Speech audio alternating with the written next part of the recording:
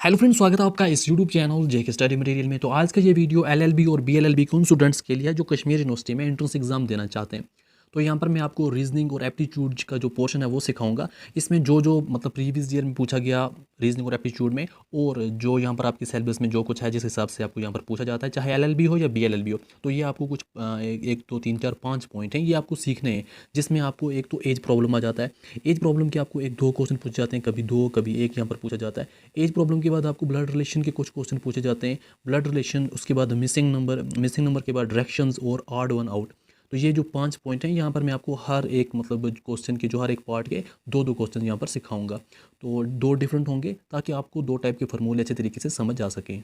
और कुछ होमवर्क भी दूंगा ताकि आप खुद मतलब प्रैक्टिस कर सको, क्योंकि प्रैक्टिस जो है वो ज़्यादा ज़रूरी है। पहले अच्छे तरीके से समझना। मैं बेसिक भी सिखाऊंगा, जो कि मतलब बहुत जगह यहाँ पर बेसिक जो है वो मैथमेटिक लगता है, तो वो पोर्शन भी साथ में मैं आपको सिखाता रहूँगा कि कैसे कौन सा क्वेश्चन कैसे करना है। जो पहली बार यहाँ पर मैथ जो है मैथ के जो क्वेश्चन कर रहे हैं, तो उनको क्या कुछ करना है वो भी मैं आपको यहाँ पर अच्छे तरीके से सिखाऊंगा। तो आप इस वीडियो को एंड तक देखना ताकि अच्छे तरीके से आप रीजनिंग और एप्टीट्यूड जो भी है आपके एलएलबी और बीएलएलबी के सिलेबस में वो सीख सको। अगर आप इस चैनल पर पहली बार आए हैं, इसको सब्सक्राइब करके रखें ताकि हर इंपॉर्टेंट अपडेट आपको इस चैनल पर मिलती रहे। तो अगर आपने previous year solid question paper जो है 2020 का, चाहे एलएलबी हो या बीएलएलबी अभी तक नहीं देखा है, वो आप देख सकते हैं। लिंक आपको डिस्क्रिप्शन में मिल जाएगी और ऊपर आई बार पर क्लिक करके भी वहाँ पर भी आप देख सकते हैं वो वाला वीडियो। तो एक छोटा सा काम और करना, मैंने यहाँ पर लिंक डिस्क्रिप्शन में दी है और ऊपर आई बार पर भी आप देख सकते हैं। मेरा जो चैनल है, आप कमेंट सेक्शन में भी यहाँ पर देख सकते हैं, मेरा जो नया चैनल है व्लॉग चैनल, उसको सब्सक्राइब करके रख दो। और जो बंदा यहाँ पर सब्सक्राइब करेगा अभी ही सब्सक्राइब करके रख दो, और जो मैंने कमेंट में रखा है उसके नीचे डन लिख दो। जैसे ही सब्सक्राइब किया, डन। कम से कम इतनी फीस तो दे दो। तो सबसे पहले यहाँ पर हम स्टार्ट करेंगे एज प्रॉब्लम। तो जितने भी क्वेश्चन है एलएलबी और बीएलएलबी दोनों के लिए, तो हर यहाँ पर पार्ट के जैसे एज प्रॉब्लम है, ब्लड रिलेशन है, मिसिंग नंबर है आपका, और डायरेक्शन ऑड वन आउट, सबके मैं आपको दो दो क्वेश्चन करवाऊंगा। दो मेथड से जो भी यहाँ पर इंपॉर्टेंट होंगे मैं आपको यहाँ पर सिखाऊंगा। और उसके बाद एंड पर मैं आपको सभी क्वेश्चन के यहाँ पर होमवर्क दूंगा, और होमवर्क के लिए बताऊँगा भी आप मुझे आंसर कहाँ पर मतलब बता सकते हैं। और अगर किसी को कोई प्रॉब्लम होगी तो मैं उसको सिखाऊंगा कि कैसे करना है, क्या कुछ करना है। तो सबसे पहले मैं यहाँ पर एज प्रॉब्लम का ये क्वेश्चन करवाता हूँ, यहाँ पर आप स्क्रीन पर देख सकते हैं। Question है, what is Raj present age if after 20 years his age will be 10 times his age 10 year back? 10 year back। तो ये क्वेश्चन सबसे पहले जो इंपॉर्टेंट चीज़ होती है ना, वो होती है क्वेश्चन को समझना। जो यहाँ पर क्वेश्चन दिया गया है उसको समझना। अब क्वेश्चन को थोड़ा समझो आप। जो यहाँ पर इंपॉर्टेंट चीज़ें हैं उनकी इक्वेशन बनानी पड़ती है। अब इस यहाँ पर पूछा क्या क्या गया है वो आपको नोट डाउन करना है। यहाँ पर पूछ रहा है कि राज की प्रेजेंट एज क्या है। अब जो पूछ रहा है हम उसको एक्स में लिखेंगे। अब वाई जेड जो भी लिखो, मगर मैं यहाँ पर एक्स में लिखूंगा। अब यहाँ पर पूछ रहा है राज की प्रेजेंट एज क्या है, तो राज की प्रेजेंट एज हम क्या करेंगे, प्रेजेंट एज को हम यहाँ पर एक्स में डिनोट करेंगे। प्रेजेंट एज मीन प्रेजेंट हो गया एक्स। अब साथ में यहाँ पर मतलब जो पूछ रहा है आफ्टर 20 ईयर, मतलब ये भी यहाँ पर शामिल है इक्वेशन में। आफ्टर 20 ईयर, अब आफ्टर 20 ईयर उसकी एज क्या होगी, राज की आफ्टर 20 ईयर क्या होगी। आफ्टर 20 सिर्फ मैं लिखूंगा। यहाँ पर लिखने में थोड़ी प्रॉब्लम हो रही है स्क्रीन पर, तो आप समझ लेना। आफ्टर 20 ईयर यहाँ पर होगा x+20, क्योंकि आफ्टर 20 ईयर तो यही होगा x+20। अब यहाँ पर एक चीज़ और है, यहाँ पर क्वेश्चन में 10 time his age 10 year back. अब 10 ईयर बैक की बात भी कर रहा है। अब 10 ईयर बैक की आज क्या है, उसकी जो एज वो है एक्स, मतलब आज प्रेजेंट में एक्स है ना। तो अगर 20 ईयर बाद देखेंगे, आफ्टर देखेंगे, वो x+20 होगा। अगर हम बैक आएंगे 10 ईयर बैक, तो वो मतलब एक्स मतलब आज की एज -10 हो जाएगा।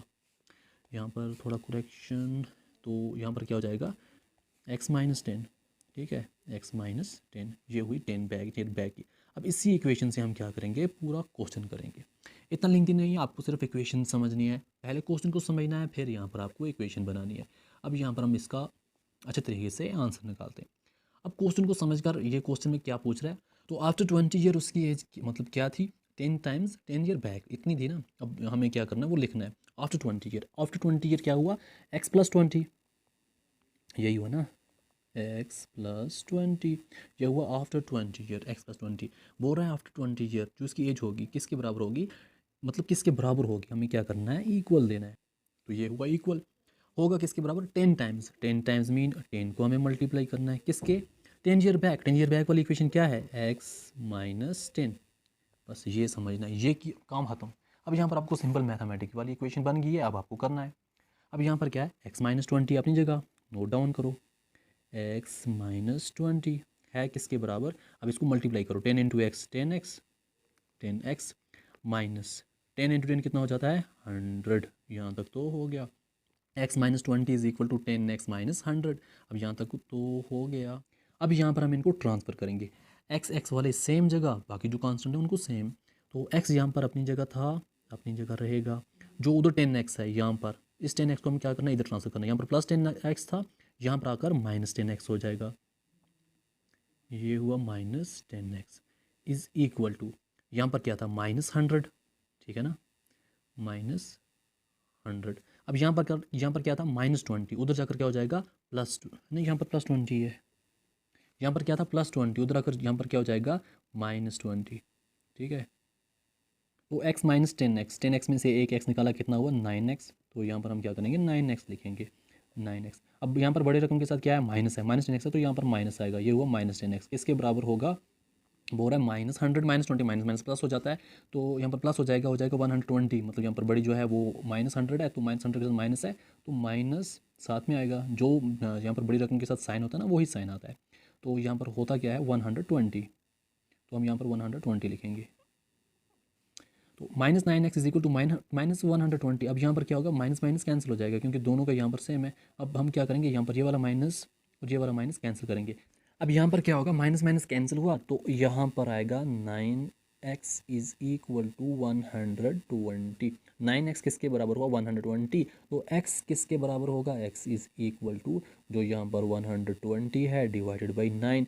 जब यहाँ पर मल्टीप्लाई में होगा x के साथ कुछ भी, जब हम उसको दूसरी साइड भेजेंगे तो वो क्या हो जाएगा डिवाइड में आ जाएगा। जब यहाँ पर डिवाइड में होता है वहाँ पर जाकर मल्टीप्लाई में हो जाता है। तो फिलहाल मैं आपको इतना ही सिखाता हूँ, जब यहाँ पर x के साथ कुछ भी मल्टीप्लाई में होगा तो दूसरी साइड जाकर उधर डिवाइड में हो जाएगा। तो यही हुआ x इज इक्वल टू 120/9। तो जब 9 को आप डिवाइड करोगे 120 के साथ, तो यहाँ पर आपको बनेगा 13.3। तो हमारा 13 बड़ा मस्त लिखा गया 13.3। तो x जो है वो क्या बना, x जो बना वो 13.3 बना। सेकंड थोड़ा डस्टर का यूज़, अब यहाँ पर मैं आपको दिखाता हूँ x हमारा क्या बना पेन। तो x इज़ इक्वल टू 13.3। अब x है कौन, इतना आपको पता है क्वेश्चन में, वो राज है। तो राज की प्रेजेंट एज क्या है 13.3 ईयर्स। ये हमें राज की प्रेजेंट एज मिल चुकी है, वो है 13.3 ईयर्स। तो ऐसा कोई भी क्वेश्चन आएगा अब आप इजीली कर पाओगे। तो यहाँ पर आपको समझ आ गया होगा। अब इसी का मैं नेक्स्ट क्वेश्चन करवाता हूँ आपको। तो नेक्स्ट क्वेश्चन आप यहाँ पर देख सकते हैं, यही एज प्रॉब्लम का है। Nisha is 15 year elder to Rumi. If 5 year ago Nisha was 3 time as old as Rumi, then find Nisha's present age. तो यहाँ पर आप मतलब क्वेश्चन को पहले समझा, अभी मैंने आपको क्या बताया, सबसे पहले क्वेश्चन को समझना है, उसके बाद जो इक्वेशन है वो बनानी है, उसके बाद क्वेश्चन ईजिली करना है। तो यहाँ पर थोड़ा समझ लें आप क्वेश्चन क्या कहता है। क्वेश्चन क्या कह रहा है, बोल रहा है Nisha is 15 year elder to Rumi. Nisha जो है वो 15 ईयर एल्डर है किससे, रूमी से। अब साथ में बोल रहा है इफ़ 5 ईयर गो, मतलब 5 साल पहले, Nisha was 3 time as old as Rumi. आज अगर 15 साल बड़ी है, तो उस मतलब आज से यहाँ पर 5 साल पहले निशा जो थी, मतलब 3 time as old as Rumi, जितनी रूमी थी उसके मतलब 3 गुना थी। अब निशा की प्रेजेंट एज बतानी है, मतलब सिंपल सी बात, निशा की प्रेजेंट एज बताने के लिए हमें क्या करना है, सबसे पहले जो यहाँ पर इक्वेशंस हैं वो यहाँ पर लिखनी है। तो इक्वेशंस मैं यहाँ पर रेड पेन से लिखूँगा, ठीक है। तो यहाँ पर बोल रहा है निशा इज़ 15 ईयर एल्डर। अब यहाँ पर समझें, जो निशा जो है 15 ईयर एल्डर है रूमी से, तो इसका मतलब है हमें जो रूमी की एज है वो लिखनी है। रूमी की एज क्या है, वो रूमी की एज एक्स है, क्योंकि निशा का बताया कि 15 ईयर एल्डर है, तो अब तभी लिखेंगे ना हम x + 15, ईजी हो जाएगा। तो इसीलिए हम क्या लिखेंगे, रूमी की एज वो है एक्स। रूमी यहाँ पर बनती है एक्स, रूमी की एज क्या है एक्स के बराबर। अब क्या यहाँ पर बोला गया है, निशा इज़ 15 ईयर ओल्ड, यहाँ पर एल्डर। निशा कितनी है 15 साल। अब निशा की क्या आ जाएगी, रूमी की एज एक्स, निशा की कितनी बनी x + 15। अब यहाँ पर साथ में क्या बोल रहा है 5 ईयर गो, 5 साल की बात है, 5 ईयर गो। तो हम यहाँ पर लिखेंगे 5 ईयर गो, 5 ईयर गो। तो मतलब 5 साल पहले क्या था। अब यहाँ पर रूमी अगर आज एक्स है, रूमी अगर आज एक्स है, यहाँ पर मतलब थोड़ा खुद ही समझ लें, रूमी आज क्या है एक्स, तो 5 साल पहले क्या थी, तो x-5 ना। आज अगर x है तो x-5। निशा आज अगर x + 15 है, तो निशा आज से 5 साल पहले क्या थी, x + 15 - 5, x + 15 - 5 ना। तो x + 15 - 5 कितना होता है, x 15 में से 5 निकाला कितना बचे, यहाँ पर 10 ना, x + 10। तो निशा जो है 5 साल पहले क्या थी, x + 10 थी। यहाँ तक आपको क्लियर हो गया होगा। रूमी की एज x, निशा जो है 15 साल बड़ी है, x+15। 5 साल पहले का यहाँ पर बोल रहा रूमी की एज क्या है, रूमी 5 साल पहले क्या होगी, x-5 है, तो निशा क्या होगी x+10। हमने मतलब -5 किया तो x+10 निकला, तो ये 5 साल पहले का। अब हम जाते हैं यहाँ पर इक्वेशन में, तो हम यहाँ पर लाते हैं ब्लैक पेन ताकि ईजिली समझ पाओ। तो ब्लैक पेन हमने लाया, तो अब यहाँ पर क्वेश्चन करते हैं। तो यहाँ पर अब क्वेश्चन देखो, बोल रहा है 5 ईयर को, मतलब 5 साल पहले की बात है। Nisha 3 time as old Rumi थी। निशा क्या थी, 3 time as old as Rumi. तो निशा मतलब क्या थी, निशा तो अपनी x+10 थी ना।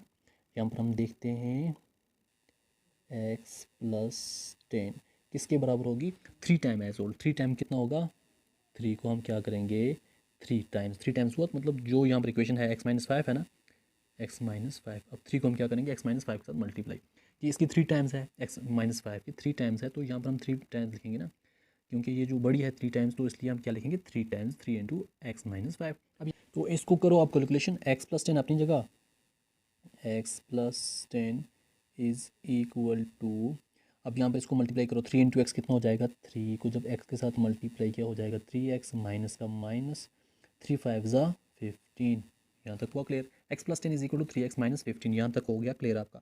तो अब यहाँ पर हम क्या करते हैं ट्रांसफ़र, जैसे अभी मैंने आपको सिखाया था ट्रांसफ़र कैसे करते हैं, वही वाला काम हमें यहाँ पर करना है। तो x जो है वो अपनी जगह रहेगा, तो यहाँ पर x अपनी जगह, ये वाला इधर मतलब 3x जो है वो यहाँ पर आकर ट्रांसफर हो जाएगा, ये +3x था, यहाँ पर आकर क्या हो जाएगा -3x। तो यहाँ तक हुआ। अब इज़ इक्वल टू, यहाँ पर क्या है -15, -15 अपनी जगह है, यहाँ पर इसको हमने अभी हिलाया नहीं क्योंकि ये इज़ इक्वल टू के बाद ही है। तो यहाँ पर अब -15 यहाँ पर अपनी जगह ही है, -15 के बाद वहाँ पर क्या है +10 यहाँ पर आकर -10 हो जाएगा। अभी मैंने आपको बोला साइन चेंज हो जाता है, तो ये इज़ इक्वल टू है, थोड़ा ध्यान रखना। तो x माइनस 3x क्या हुआ, 3x में से एक x निकाला हो गया 2x माइनस, मगर 2x क्योंकि बड़े यहाँ पर क्या है, जो साइन है बड़े के साथ माइनस है, is equal to minus minus plus हो जाएगा, मतलब इनको प्लस करेंगे, 15 + 20 कितना हो जाएगा 25।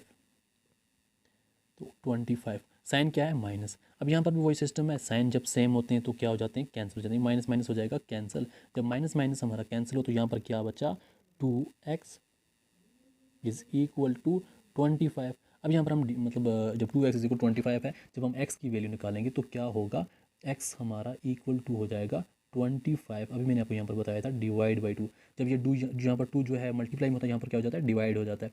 जब हम इसको डिवाइड करेंगे तब यहाँ पर क्या आएगा 25/2, तो ये आ जाता है 12.5। तो x की वैल्यू क्या आई यहाँ पर 12.5। अब यहाँ पर आप देख सकते हैं 12.5 जो है x की वैल्यू आ चुकी है। अब x हमारा यहाँ पर था क्या रूमी, अब हमें चाहिए क्या निशा की प्रेजेंट एज। अब निशा यहाँ पर है क्या, निशा यहाँ पर है x+15, यहाँ पर आप देख सकते हैं x+15, तो x+15 मतलब 12.5। तो यहाँ पर आप सिंपली लिख सकते हैं 12.5, तो क्या है +15, तो इसको ये वाला प्लस करना है यहाँ पर, क्योंकि निशा की थी x+15, x 12.5 एंड प्लस वो वाला 15, तो 12 + 15 हो जाता है 27, और 0.5 जो है साथ में, तो 27.5 जो है आपका वो राइट आंसर बन जाएगा 27.5। तो ये आपको निकालना है यहाँ पर इसका आंसर। तो जो यहाँ पर निशा की परसेंटेज है वो यहाँ पर निकल चुकी है। तो अब यहाँ पर हम सीखेंगे ब्लड रिलेशन। ब्लड रिलेशन के क्वेश्चन कैसे करने पड़ते हैं, उसके लिए सबसे पहले जो हमें जो यहाँ पर ट्री है वो थोड़ा देखना पड़ता है। ट्री जो है वो ज़्यादा ज़रूरी है। उससे पहले आपको रिलेशनशिप का पता होना चाहिए, क्या कुछ है क्या कुछ नहीं है।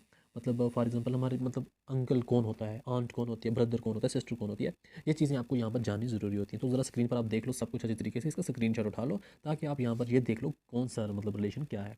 अब मैं आपको यहाँ पर डायरेक्ट यहाँ पर ट्री दिखाता हूँ। तो जो यहाँ पर ट्री है ना वो सबसे ज़्यादा ज़रूरी है। तो यहाँ पर थोड़ा ट्री आप देख सकते हैं, मैं आपको यहाँ पर दिखाता हूँ। तो ट्री से मतलब क्या है ना, अपना देखो यहाँ पर ये हुआ मी मतलब मे। अब मतलब मेरी जो लाइन है ना वो मेरी लाइन में कौन कौन आएगा, मैं अगर मेल हूँ, अब यहाँ पर देखना जो भी यहाँ पर मेल है, थोड़ा साइड में यहाँ पर देख सकते हो, जो बंदा भी यहाँ पर मेल है वो उसको हम नीचे निशान लगाएंगे प्लस, जो फीमेल है उसको हम रखेंगे माइनस, ताकि हमें ये पता चले हाँ ये मेल है ये फीमेल है। तो हम ये मतलब अब मेरी जो लाइन है ना उसमें कौन कौन आएगा। अब ये नहीं हम अपने फादर को ग्रैंड फादर को यहाँ पर ले आए, ऐसा कुछ नहीं है। तो हम अब अभी हमें यहाँ पर क्या करना है, तो अब हमें यहाँ पर क्या करना है, मैं अब मेरी जो रिलेशन है उसमें कौन कौन आएगा। सिंगल यहाँ पर लाइन का मतलब है ब्रदर और सिस्टर, मैं हूँ, अब यहाँ पर मेरा ब्रो होगा, मैं ये मेरा भाई होगा ब्रो, यहाँ पर सिस्टर। अब इसी लाइन में मतलब कज़न भी इसी लाइन में होंगे, जो कज़न्स जो भी हैं चाहे जिस हिसाब से भी, मेटरनल से या पैटर्नल से, मेटरनल अंकल या पैटर्नल अंकल। मेटरनल अंकल मतलब मामू के लड़के, पैटर्नल अंकल मतलब क्या बोलते हैं उसको अंकल के लड़के, चाचू के लड़के। तो यहाँ पर कज़न्स वगैरह आ जाते हैं। अब मी अगर मेरी शादी हुई है तो यहाँ पर हम क्या करेंगे, डबल निशान लगकर ये हो जाएगी मेरी वाइफ। ठीक है, अब मतलब अगर मतलब शादी हुई है तो डबल, जिसकी शादी हुई है भाई की अगर शादी हुई है तो हम भाई को डबल क्लिक करके यहाँ पर रख लेंगे जो उसकी वाइफ है वो। अब यहाँ पर ये हुआ मी, अब यहाँ पर सिस्टर को साइन माइनस, बाकी सबको यहाँ पर क्या रखना है प्लस प्लस। अब ये मेरी वाइफ है तो इसको भी साइन किया जाएगा माइनस, ये वो मी। अब मेरी लाइन के ऊपर जो भी, अब देखो सबसे पहले कौन आएगा मेरी लाइन के ऊपर यहाँ पर, तो फादर। फादर के साथ दो टच किए यहाँ पर रखा, ये बन गई मदर। अब दो टच का मतलब क्या हुआ, ये इनकी वाइफ हुई। अब ये फीमेल है माइनस, ये मेल है तो प्लस। अब फादर मदर हुआ, अब फादर का जो भाई है ये हुआ अंकल, ये अंकल की शादी हुई तो आंट, ये सिंगल वाली अंकल की बहन या फादर की बहन, इसको भी हम आंट लिखेंगे, मतलब ये हुई बुआ। अब यहाँ पर क्या करेंगे, मदर का भाई, मदर का भाई कौन हुआ, वो भी अंकल। अब अंकल जो है उसकी शादी हुई तो उसकी वाइफ, ये भी हमारी आंट हुई। अब यहाँ पर अब अंकल की मतलब मामू की बहन वो हुई मासी, उसको भी हम आंट कहते हैं, ये हुआ। अब फादर से ऊपर जो है, फादर के ऊपर जो आएगा ग्रैंड फादर, ठीक है। अब ग्रैंड फादर की वाइफ ये हुई ग्रैंड मदर। अब ये फादर की भी है, इनकी भी है, इनकी भी है, मतलब इन सब की क्या है, मतलब फादर मदर है। अब जो यहाँ पर मदर वाले पोर्शन में ऊपर जो आएंगे ये भी ग्रैंड फादर आएंगे और साथ में उनकी वाइफ ग्रैंड मदर। अब ये वाला जो मतलब मदर वाला जो पोर्शन है, ये पूरा पोर्शन हम इसको बोलेंगे ये वाला maternal side, maternal uncles and aunts, maternal वाला मतलब मांग वाले साइड को हम मेटरनल कहेंगे। कभी आपको क्वेश्चन पूछेगा या अगर हमारा मेटरनल अंकल है तो यहाँ पर आपको पता चलना चाहिए। तो ये वाला जो पोर्शन है ये हुआ पैटर्नल वाला, ठीक है, ये हुआ पैटर्नल वाला। पेरेंट्स से मतलब ये फादर का पैटर्नल, मदर का मदर मैटरनल, ये थोड़ा याद रखना। अब हमसे नीचे जो है मतलब मेरा बेटा, मतलब सन, डॉटर, भाई की लड़की, नाइस, मतलब इस तरीके से ये चलता रहेगा। मतलब आपको ये देखना है हम किस लाइन में किस तरीके से जाते हैं। अब यहाँ पर थोड़ा सिंपल देखो, मतलब ये मैं हूँ, मेरे ऊपर जैसे ये कौन है, फादर है। अगर हम मतलब जब ये एक ट्री बनाएंगे, जब कोई क्वेश्चन करेंगे ट्री बनाते हुए, तो हमें जो है आंसर ईजिली निकल जाएंगे। तो ये थोड़ा बहुत आपको समझ आ गया होगा, थोड़ा बेसिक था। अब मैं आपको यहाँ पर डायरेक्ट क्वेश्चन करवाता हूँ। तो क्वेश्चन यहाँ पर क्या है, क्वेश्चन में बोल रहा है pointing to a photograph of a boy. पहले क्वेश्चन को समझें।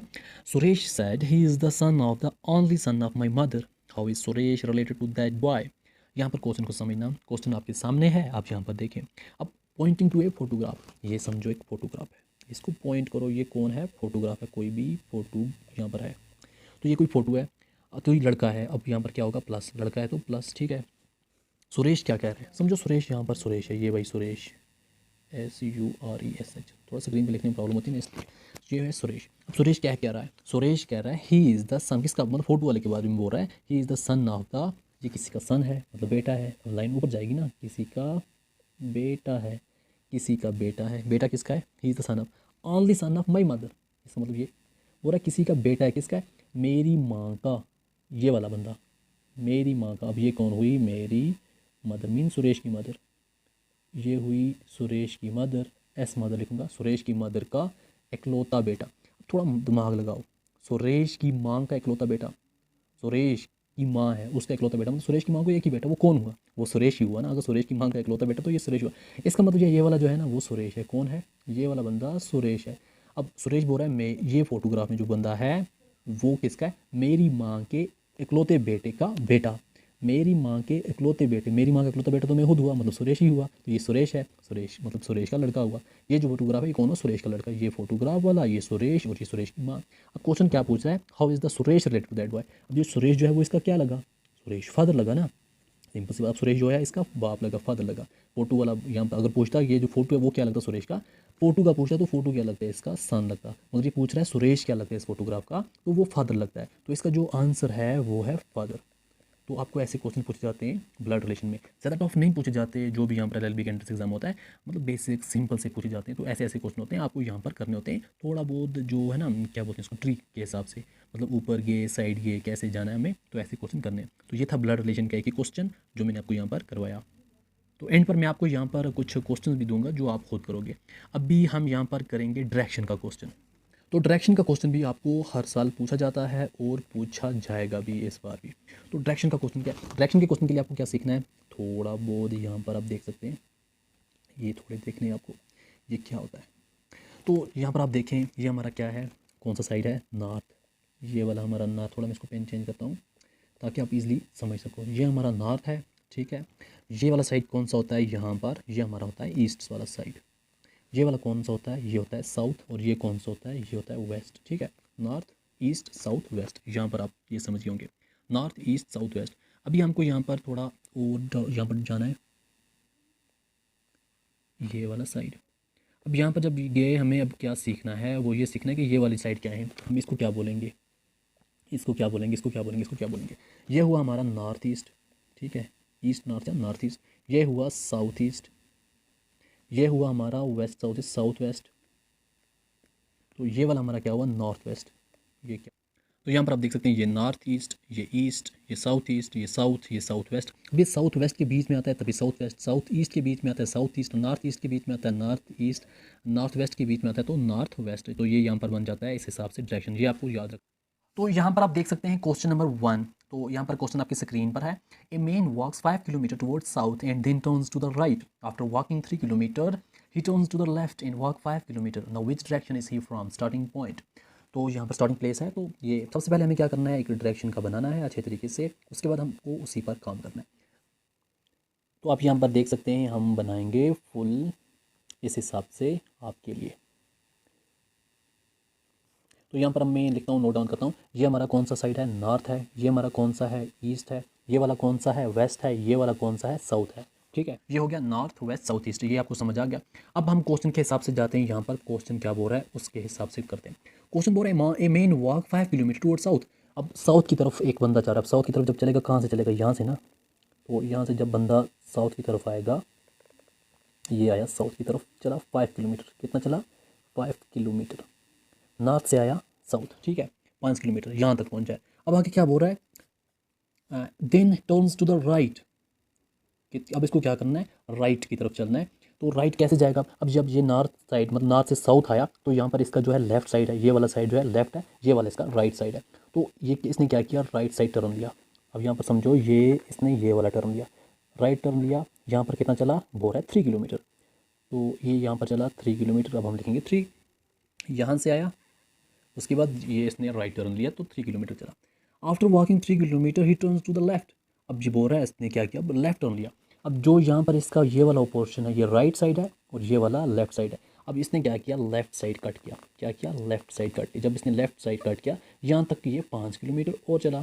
कितना चला, 5 किलोमीटर। तो यहाँ पर आप देख सकते हैं यहाँ से आया, यहाँ से स्टार्ट किया इसने, ये इसका स्टार्टिंग पॉइंट है, यहाँ से इसने स्टार्ट किया 5 किलोमीटर, फिर 3 किलोमीटर, फिर 5 किलोमीटर।